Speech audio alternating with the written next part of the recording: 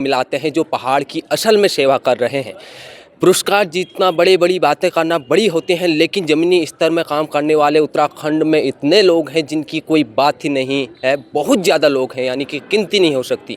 और उसमें एक ऐसा नाम जो सालों से पढ़ाई करने के बाद, पढ़ाई भी पीएचडी करने के बाद इतिहास में वे कृषि से जुड़े और कृषि के क्षेत्र में और पर्यावरण के क्षेत्र में एक ऐसा नाम किया, काम किया जो आज उत्तराखंड जान रहा है और आने वाला वक्त भी हमेशा याद रहेगा। जी हाँ, स्वागत कीजिए। आज डिजिटल वाणी में हमारे साथ हैं डॉक्टर किशन सिंह राणा जी। बहुत बहुत स्वागत। कैसे हैं आप? नमस्कार, बहुत बढ़िया जोशी जी, बहुत अच्छे हैं जी।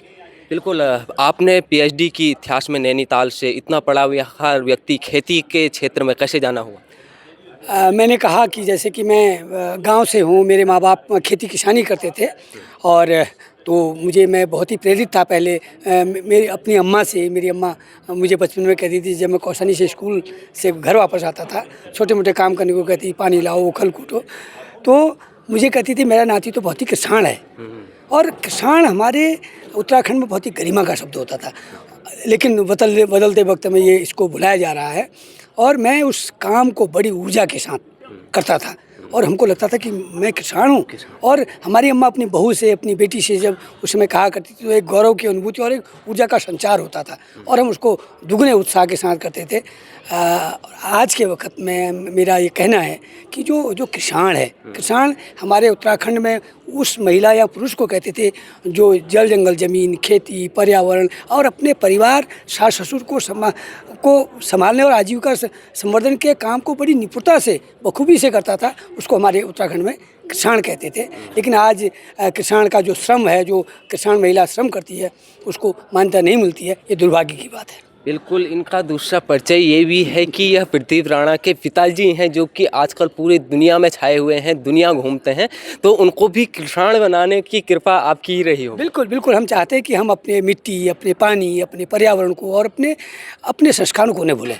हम दुनिया में, मैं बार बार ये कहता हूँ कि हम दुनिया में कहीं भी जाएँ, देश दुनिया में नाम करें, जो पढ़ने लिखने वाले लोग हैं, जो वास्तव में जो करने वाले, लेकिन अंततः अपने गांव जरूर आएँ, अपनी मिट्टी से, अपने पानी से, अपनी खेती से, अपने जड़ों को कभी न भूलें। मेरा ये निवेदन है। और ज़रूर अपने पहाड़ों को, अपने खेती को हरी भरी करें और अपने संस्कारों को, अपने जीवन को, अपने माता पिता को हम न भूलें। ये मेरा कहना है। बिल्कुल। और जो एक किसान किताब आई थी, क्रिश अधिकारी जी ने लिखी है, वो आपसे प्रभावित होकर लिखी है। और तो उसमें किस तरीके से उस किताब में लिखा गया, क्या हुआ उस महोत्सव के बारे में जो आप लोग करवाते हैं, किसान महोत्सव, बताइए क्या कहानी है उसके पीछे की? असल में जो गिरीश अधिकारी जी, डॉक्टर भाई ने जो किसान जो किताब लिखी, वो हमने उनके जो विद्यालय में, वो लेक्चरर हैं हमशारी विद्यालय में, वहाँ हमने पिछले 2 साल पहले आयोजित की थी। तो उनको वो उससे बहुत प्रभावित हुए।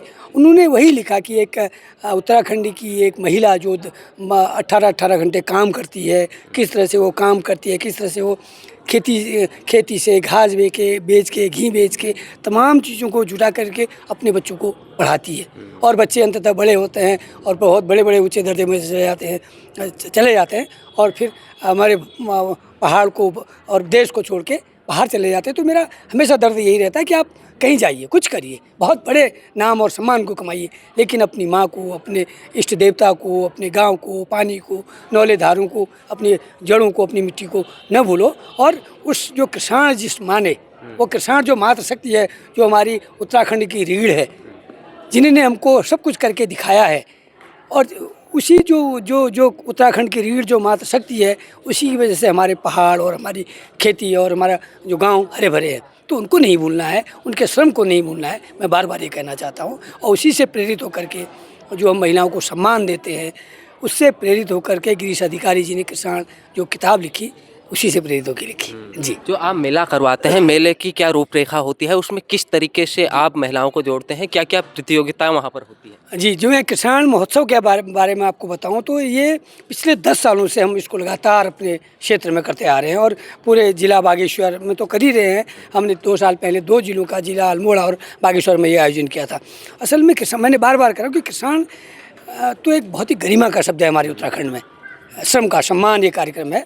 और जो हमारी महिला दिन रात काम करती है, सब कुछ काम करती है, उसको गृहिणी कहते हैं। और उसके काम को बिल्कुल नहीं आंका जाता है, दो दर्जे का काम माना जाता है। जबकि असली और मैंने जो पढ़ रखा है कि सबसे पहले किसान भी महिला ही थी, और उसके श्रम को क्यों न सम्मानित किया जाए। अगर उसके हम श्रम को सम्मानित करते हैं तो आने वाली पीढ़ी अपने खेती, जल जंगल ज़मीन, पानी और पशुधन, जड़ी बूटियों के बारे में, तमाम चीज़ों के बारे में समझेगी जब हम अपनी माँ बहनों को जो किसान हैं उनको सम्मानित करते हैं। और ये 4 चरणों में इसका आयोजन होता है किसान महोत्सव का। वो 4 चरण हैं। पहला चरण जो है हम महिलाओं के साथ गांव में जाके बात करते हैं, मीटिंग करते हैं, किसान क्या है, श्रम का सम्मान क्या है, ये क्यों ज़रूरी है, इस तरह की बात होती है। और दूसरे चरण में हम उन महिलाओं के साथ एक अनूठी प्रतियोगिता घास काटने की करते हैं। घास काटना केवल घास काटना नहीं है, उसके माध्यम से आप अपनी जड़ी बूटी का ज्ञान, अपने पर्यावरण का ज्ञान और अपने कौशल, आपके अंदर क्या कौशल है, और वो तमाम चीज़ें जो हमारी, जो घास वही काटेगा जो किसान होगा, जिसके पास गाय भैंस होंगी, जो खेती के काम से जुड़ा होगा। और उसको भी ये भी होगा, अगर बाई चांस उस घास काटते वक्त अगर उसका कहीं उंगली कट जाए, कोई चोट आ जाए, तो वो इतने उनको वो दक्ष होते हैं, वो पारंपरिक और वो तमाम ज्ञान में, अगर घास को भी अगर घिस के लगा दे तो उसका खून बंद हो जाता है, और उसकी वो चोट 1 हफ्ते में किसी बगैर दवाई के वो साफ हो जाती है। तो इतना बड़ा ज्ञान हमारे लोगों के अंदर, हमारी महिलाओं के अंदर छिपा है। तो घास काटने की एक परंपरा होती है। और दूसरी बात यह कि हमारी जो महिलाएं, जो किसान हैं, हमारी मातृशक्ति ये भी जानती है कि उस जहाँ पर घास काट रहे हैं वहाँ पर कौन सा पौधा हमारे पानी को देने वाला पौधा है, बांज, ब्रूस, उतीस, वो उसको घास काटते काटते उसको बचा लेती हैं, क्योंकि वो हमारा पानी देने वाला पौधा है और जीवन देने वाला पौधा है, उसको बचा लेती हैं। हमारे गाय भैंस के लिए कौन बढ़िया दूध देने वाली घास है, उसको भी वो चयन कर लेती हैं, और जो बेकार घास है उसको नहीं काटती है। तो इसी को सब जांचने के लिए सब उसको वो क्या तकनीक, जो उसका कौशल है, जो उसकी तकनीक है, जो उसको परंपरागत ज्ञान है, वो भी जानने का एक ये प्रयास है। और तीसरा जो है कि वो चरण है सवाल जवाब का। हम विशेषज्ञों के साथ, जैसे पर्यावरण विशेषज्ञ, खेती के विशेषज्ञ हैं, जैसे जो उद्यम करने वाले, जिन्होंने बहुत उद्यमिता में काम किया है और समाज को प्रेरित कर रहे हैं, ऐसे लोगों के साथ उन महिलाओं की हम बातचीत कराते हैं और उनसे खेती के सवाल, जैविक खेती के सवाल, पलायन पर बातचीत, उनको शिक्षा पर बातचीत, उनको कैसे आजीविका बढ़ाते हैं, और इन तमाम पशुपालन, और जैसे मैंने कहा ना, जैसे हमारी गाय भैंस को कोई बीमारी हो जाती है तो उनको इतनी ज्ञान होती है कि बड़ी जड़ी बूटियों का, वो अगर कोई घास खिलाते दूध बढ़ जाता है, कोई घास उसको घिस के लगाते हैं जो गाय भैंस पर, तो उसको बीमारी दूर हो जाती है। तो तमाम तरह का उनको ज्ञान होता है। तो इसके समझाने की भी एक बातचीत करते हैं। और चौथे चरण में अपने जो हमारे लोक कलाकार हैं, लोग जो हमारी विधा है, पारंपरिक तकनीकें हैं, उनके साथ हमारी जो मंगल गीत हैं, छोड़े चाचरी है, उनके साथ मंच साझा करते हैं और तमाम चीज़ों को प्रचार प्रसार और सीखते हैं। और आने वाली पीढ़ी, नौनिहाल जो हमारे बच्चे हैं, वो इन तमाम चीज़ों से सीखें और सम्मानित, उनके माँ बाप के, चाचा चाची के सम्मानित होने पर गर्व महसूस करें और अपने पहाड़ में अपने तमाम चीज़ों को सजाएं, संवारें और फलें फूलें। ये हमारा आपसे मैं जानना चाहता हूँ, थोड़ा सा इधर को आइएगा। तो जो ये आपका एक स्कूल भी है और स्कूल में आप निःशुल्क पढ़ाते हैं बहुत सालों से, तो क्या है स्कूल की कहानी, किस तरीके से? हमारे यहाँ जब मैं पढ़ाई छोड़ के गांव आ गया था वर्ष 1995-96 के बाद, तो गांव में हमने एक पद यात्रा करी और गांव को समझा, देखा। तो उस समय स्कूलों की स्थिति ठीक नहीं थी, प्राइमरी स्कूलों की।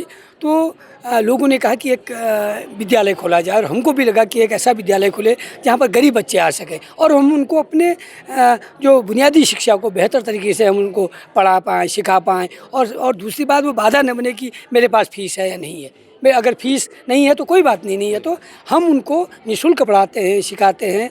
और आज पिछले करीब 27-28 सालों से हम हितैषी विद्या निकेतन नाम के इस विद्यालय को चला रहे हैं। उसमें हमारे स्थानीय जो इंटर पास या BA पास, वहाँ के स्थानीय बच्चे, लड़के लड़कियाँ इसको हम करते हैं। और मैं और मेरी पत्नी खुद इस काम को करते हैं और साथ में अपनी खेती को भी करते हैं, क्योंकि हम ये तो खाएंगे क्या, आजीविका कैसे चलेगी। तो हम अपनी खेती बाड़ी से दालें, धान, गेहूँ और सब्जियों का उत्पादन गांव में करते हैं, खेती से करते हैं। और हम बच्चों को उसके बाद पढ़ाने का काम भी करते हैं। छुट्टी के दिन हम खेतों में जाते हैं और सुबह 7 बजे से शाम के 7-8 बजे तक मैं अपनी पत्नी के साथ काम करता हूँ, अपने समाज में लोगों के साथ काम करता हूँ और यह लोगों को प्रेरित करने की कोशिश करता हूँ कि आपने चाहे कितना ही पढ़ा लिखा हो, ये बड़ी बात नहीं है। लेकिन हम अपने बेटी, अपनी चाची, अपनी माँ, अपनी पत्नी के साथ क्यों काम न करें? क्यों हम बात तो बहुत बड़ी करते हैं, अगर हम उनके साथ मिल के काम करते हैं तो एक तो उनका कार्यबोझ कम होता है। अगर महिला पुरुष अगर मिल के काम करेंगे, एक तो उनका कार्यबोझ कम होगा, दूसरा समाज में समानता आएगी और वो हंसी खुशी और तमाम काम और पहाड़ की जो महिला अकेले दिन भर काम करती है उसको बहुत बड़ा आराम मिलेगा, मिल के काम होगा। ये भी मैं संदेश देना चाहता हूँ और इस काम को मैं बखूबी पिछले 25-30 सालों से कर रहा हूँ। बिल्कुल, ये तो बहुत ही अच्छी बात है और हम अंत में आपसे ये जानना चाहते हैं, पृथ्वी राणा इस समय तक दुनिया के 30 देशों में घूम चुके हैं। जब घर से निकलने की शुरुआत की जर्नी थी, उसमें आपने क्या सोचा? अच्छा लगा या आपने सोचा यार ये क्या कर रहा है? नहीं, मुझे बहुत अच्छा लगा। मैं चाहता हूँ कि वो अपनी छाप खुद छोड़े और वो खुद मेहनत करे, खुद सीखे, क्योंकि अंगुली पकड़ के हम कब तक चलाएंगे किसी को भी। तो वो हम चाहते हैं कि प्रत्येक बच्चा, प्रत्येक युवा साथी खुद जाए, खुद श्रम करे, मेहनत करे और अपने नाम को खुद ऊंचा करे और अनुभव ले दुनिया से, संसार से, समाज से और फिर आगे बढ़ने के काम को करे। ये मैं चाहता हूँ और हमें बहुत खुशी होती है जब कोई भी युवा, कोई भी व्यक्ति, यहाँ तक हमारा बेटा अगर अच्छा काम कर रहा है, अगर नाम कर रहा है और अच्छा संदेश दे रहा है तो वो ज़रूर करे। और ये इसका कोई फ़र्क नहीं पड़ता है कि अच्छा लगा बुरा लगा, वो हमेशा बिल्कुल अच्छी बात है। पहाड़ ने लोगों को मजबूत बनाया है और आपने भी उनको मजबूत बनाया है ताकि अपनी परेशानियों को खुद समझ सकें और उसका निराकरण भी कर सकें। तो आपने हमसे बात की, बहुत महत्वपूर्ण बात की, आपका बहुत बहुत धन्यवाद। बहुत बहुत धन्यवाद। मुझे जोशी जी के साथ बात करने में बहुत आनंद आया और मैं चाहता हूँ कि हम वास्तव में अपने पहाड़ को समझें और अपने पहाड़ के माताओं के साथ, बहनों के साथ मिल के काम करें और जो देश विदेश जाते हैं वो बिल्कुल उनका स्वागत है, जाएं और लेकिन अपने मिट्टी से जुड़ें और अपने जड़ों से जुड़ें और अपने माताओं के साथ, बहनों के साथ मिल के काम करें, श्रम करें और हमारे पहाड़ तभी आत्मनिर्भर होंगे, ऐसा मैं मानता हूँ। धन्यवाद। तो आप भी देखते रहें डिजिटल वाणी, इसमें के लिए इतना ही। बहुत बहुत धन्यवाद। नमस्कार, जय हिंद, जय उत्तराखंड, जय भारत।